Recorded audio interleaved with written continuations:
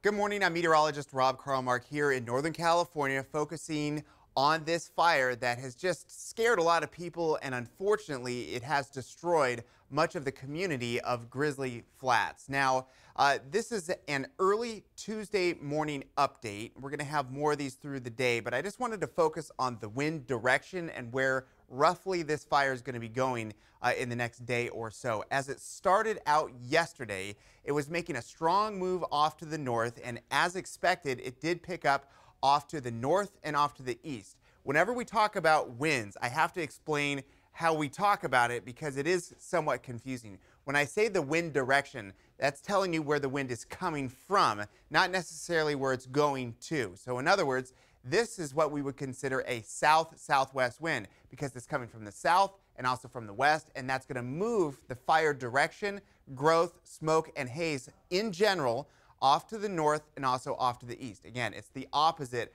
of what you would think. With that said, let's go ahead and show you what happened. It made a hard turn off to the north, moving right through Grizzly Flats and sparking a lot of evacuation warnings and mandatory evacuation orders. Now, those two things are a little bit different. One is sort of a heads up. The other one is you need to get out now. But with Sly Park and also for Pollock Pines, it was directly in line with where this fire was moving. Again, going from the south to the north. But what we knew about how the fire was going to behave yesterday is that there was going to be some west moving in here, taking it in general away from some of those communities.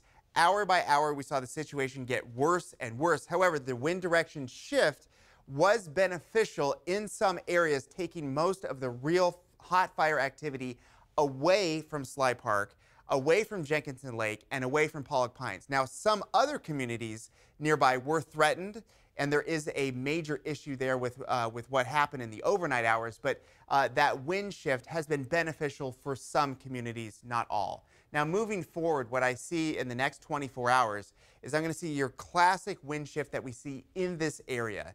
In the early morning hours, it's east, so basically it moves downslope and through the river canyons.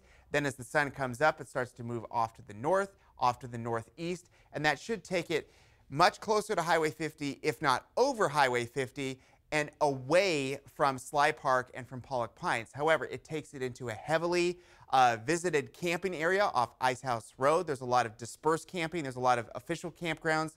Loon Lake is one area that's very popular that's in the line of where this fire could go today. And the smoke and haze, again, should drift right over the top of South Lake Tahoe and some of these other communities as well.